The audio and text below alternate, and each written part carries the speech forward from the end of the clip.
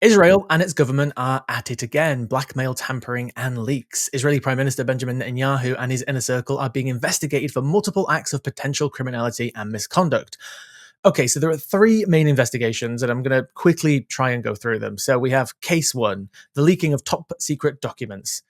So this is the most consequential investigation of them all. It involves Alicia Fieldstein, a spokesperson for Netanyahu, and it's been reported that on November 3rd, Fieldstein may have obtained, modified, and leaked classified documents to the foreign press. The purpose, sources have suggested, was to control the public opinion and deflect pressure on Netanyahu to approve a hostage deal, which could have caused friction with his far right coalition due to potential concessions. Politicians politicking. Israel's security agency, Shin Bet, detained Fieldstein and was initially barred from a meeting with his lawyer. And alongside him, four security officials from the IDF's intelligence corps were also arrested. One of them has now been released, but these officials were tasked with safeguarding information. That was their job, but now they are being investigated for leaking information.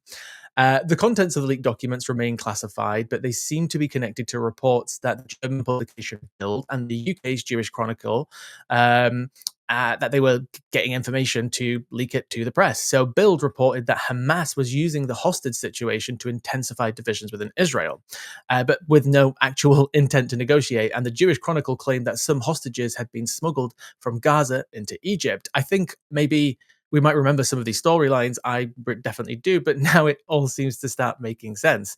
Netanyahu later cited these reports to justify a continued Israeli military presence along the Philadelphia corridor in the Gaza-Egypt border, despite security officials specifically stating that they had no evidence to substantiate these claims.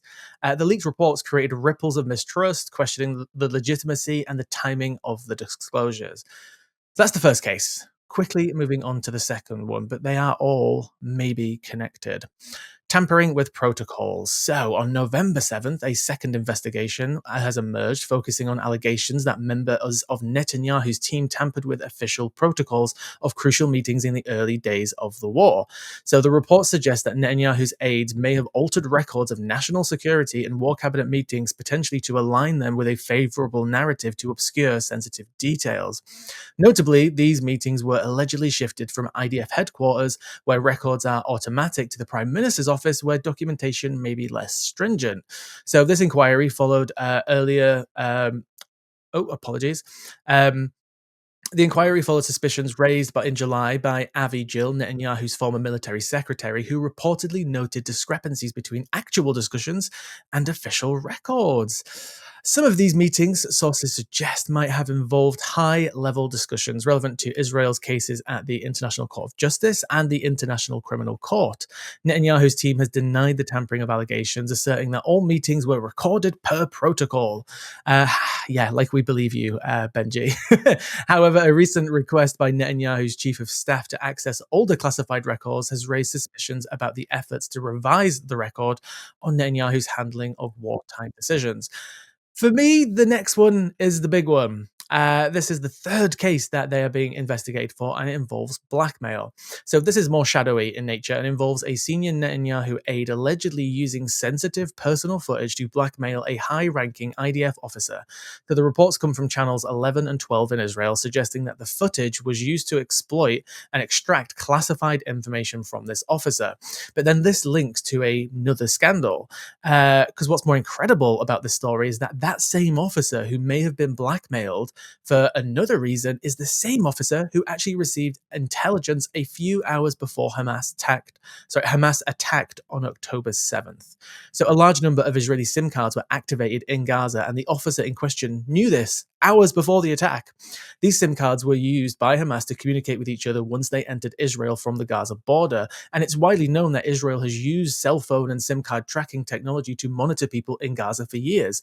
And the activation of this size would indicate a probable attack. So why didn't Netanyahu do anything? This is what we don't know, and this is what's been investigated. Their defense is that the activation was to be discussed the next day. But what is also being speculated by Israeli journalists is that Netanyahu is trying to cover his back and is possibly blackmailing this officer to not reveal Netanyahu's incompetence. But two main questions remain. First, are all these cases connected? The alleged blackmail in the case could have been a way to access classified information involved in case one, while tampering in case two could be an effort to cover up the leak. Second, was Netanyahu aware or ever involved in any of these actions? With this, he's literally on trial for bribery and breach of trust. He has a court date which is approaching on December the 2nd. So he has a precedent to do all of this. And any connection to any of these new cases could amplify his current legal troubles. So whether this is a series of rogue actions by aides or an orchestrated effort with his knowledge will remain a mystery for now. As these investigations unfold, the fallout could be significant, potentially leading to criminal indictments and reshaping Israel's political landscape. But the allegations underscore an atmosphere of secrecy and maneuvering in Netanyahu's administration, raising pressing questions about the accountability in a time of national crisis. Curtis, a lot to take in. Mhm. I'm just going to throw it at you. What do you think of all of this? I mean, these are explosive. What's come out of these reports really, really are. Of course, this is going to create a whole environment of some theories. Did Benjamin Netanyahu know about October 7th and allowed it to happen? I think I'll comment that in a minute.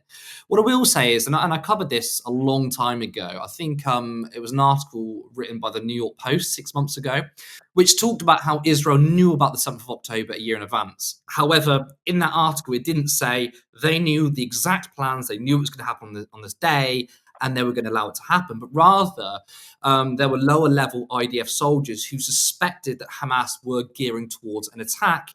They even saw, or they witnessed certain training exercises, and they wanted to relay it to higher members of the IDF, and they were ignored. And actually, it was complicity, or it was it was overconfidence, it was arrogance, and it was actually a little bit of sexism in there because a lot of these lower level IDF soldiers are women. That led to essentially this being ignored. So the article essentially said they could have stopped it, or they could have intervened or done something, but it wasn't specifically. Oh, it was known at the top of the government. So, what do I say about now? I mean, that's essentially my view because we all know, everyone watching is very, very clear that Benjamin Netanyahu and the Israeli Zionist project absolutely benefits from October 7th. It's kind of hard to deny. I don't know. I don't know whether Netanyahu specifically knew or not, but it's going to get harder and harder to say that's not the case when we literally have leaked reports coming out now saying he may have known or he had some information and then didn't do anything about it, then tried to blackmail people. I mean, it's not a good look. I'm sure there will be many people who will say, "Oh, it's definitely something that was allowed to happen." Yeah. Um, Oh, go ahead. Sorry. no, no, no. Sorry, I cut you off. I was just going to say, I think for me, there's three possible options here. The first one is they're just grossly incompetent, and now they're trying Yeah. to backtrack and cover their tracks. Is it possible? People have speculated about Benjamin Netanyahu spending so much time trying to stay in power that he's probably just making lots of mistakes, and now he's trying to cover his tracks, which is why he won't agree to an investigation Mhm. and a committee into October 7th until the war is over. But if he keeps the war going, he'll never be investigated, right? And then the second option is that they knew this was coming, and maybe they wanted it to happen, but not to the extent that it did happen. Maybe they wanted a scenario where Hamas have tried to potentially invade. And again, this is pure speculation. Mm. And then the third one is they knew how big it was, they knew how bad it was, and they wanted this to happen. I think kind of where I still stand, because I'm not a fan of conspiracy, and I'm not accusing anybody of peddling conspiracy because there's lots of evidence that they knew it was going to happen. I do still lean on the complete incompetence side. Yeah. Perhaps I'm a person Also, who just I don't. needs. Oh, go I'm ahead. not Go ahead. sure. Well, I'm not sure if I can buy into the incompetence because Israel has very comprehensive intelligence services. They have very good technology, so I find it hard to believe that there's incompetence. Obviously, you can have the best technology in the world; it's the decisions behind it. I'm not sure if I can put it down to that. I think it could be more in the second camp, which is essentially they knew there was an attack that was going to happen. They didn't know it was going to be a lot of innocent people being killed, but it was just going to be like a couple of rockets, and they underestimated Hamas's quite quite a comprehensive plan, and I don't think they knew how much damage Hamas was going to do. So I think it's possibly that there was some kind of attack that was incoming. Again, they probably didn't know all the details, or they certainly wouldn't know all the details of it, and they allowed it to happen because, of course, this is very good for the Zionist project. Netanyahu absolutely needs this war to happen, and he wants to drag it out because it further sort of solidifies his position. But I'm actually going to discount the word conspiracy now. I think I would have said beforehand, before this information come out, that it would probably still be a conspiracy theory to say that the Israeli government knew this was going to happen, allowed it to happen. I'm just going to downgrade it to a theory because, I mean, for me, the what I consider conspiracy theory is um, who benefits, right? So when people say the Earth is flat, I say, well, that's a complete utter conspiracy theory because you don't even know who benefits from that. And people say, oh, it's about control. I mean, that's not good enough for me. That's a blatant conspiracy theory. This, though, I mean, it's not entirely at the realms of possibility that a genocidal monster like Benjamin Netanyahu would allow for his own citizens to be murdered. I would not put that past him. So I am going to downgrade it to theory, but it's still a theory because we don't have confirmation. But regardless, in all three scenarios, whether it was incompetence, whether it was they kind of knew there was some sort of attack happening, or they fully knew, one thing is consistent, and that is they put the danger of Israeli citizens at the forefront. They never cared about the Israeli people. That in fact, Israeli people dying is very good for them because they can justify the genocide against the Palestinians. So where do we go from here? I think with Netanyahu, what worries me is look, Netanyahu could actually go. I mean, Yeah, that's possible. it sparked protests when he fired Yoav Gallant, the chief military personnel guy. It sparked protests, and there were people who, by the way, aren't anti-Zionists or against what Israel's been doing against the Palestinians, but people protested specifically Benjamin Netanyahu. They think he's gone too far. And I think the consensus is to replace Netanyahu with a so-called moderate, someone who's still going to continue the genocide, someone who's still a big, massive Zionist, because, I mean, there's no anti-Zionist in Israeli government, not really. And actually, the continuation of the apartheid regime is going to continue. It's just that specifically Benjamin Netanyahu may go. I think that the firing, we discussed this on another show with Kevin Logan, the firing of Yoav Gallant was probably specifically timed for Donald Trump's win. Because I think, and this is obviously just reaching into the alternate timeline here, but had the Democrats won the election and Netanyahu fired Yoav Gallant, which might not have happened because of the Democrats winning. But had that happened, there was a slight window of opportunity to undermine Israel's efforts of what they're doing. I mean, Yeah. be clear here, Biden is a massive Zionist. He doesn't care about the Palestinian people, nor does anyone in the Democratic Party.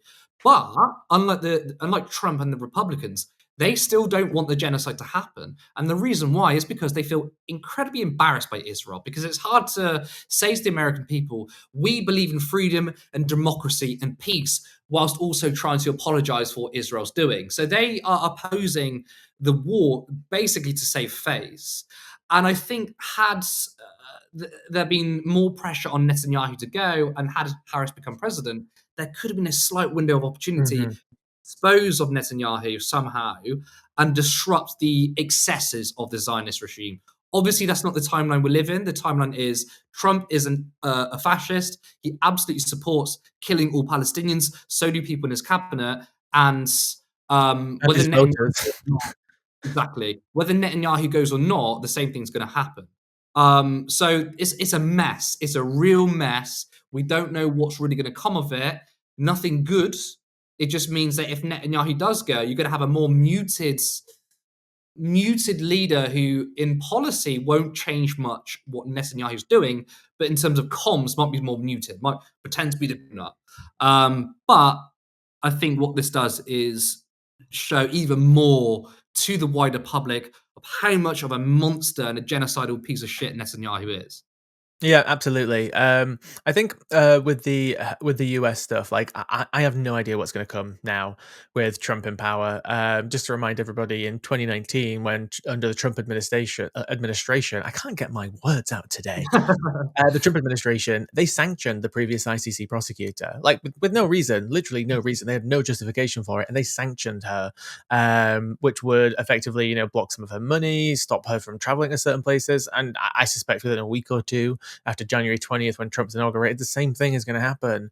Some bad things are going to happen in the Middle East over the next few years, and it's going to be very, very sad. But all we can do is keep trying to stand up for the Palestinians, keep trying to work towards whatever the solution is going to be, which is ultimately up to the Palestinians, and then work towards holding our own governments accountable. The pressure does work, and not to a point of absolute solution, but we've seen people move, not to anywhere that we want them to be, but we are seeing people move. And if we could even organize slightly better, I feel like we could apply more pressure and make some progress too, which eventually, many European countries have moved on this issue.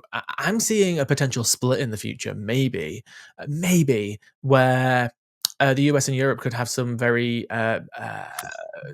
bad relations if Europe goes more towards sanctioning Israel, sanctioning the prime minister, going after Well, Smotrich, I Ben-Gvir. know that, I don't know. Musk. Am I being too optimistic? Well, I don't know. I mean, there's I think there's possible for splits. I mean, you've got Musk, who is very unhappy with Europe at the moment because the European Union wants to curtail his power. They're looking at possibly censoring Twitter in some European nations or within the EU. Of course, Musk doesn't like that. Musk, being quite a powerful figurehead in the Trump administration, is obviously going to put a lot of strain on that. You know how Musk responded to when it Brazil who Oh, the judge. yeah, the judge who censored Twitter, and the guy went on a massive, crazy, insane rant. I mean, really weird stuff.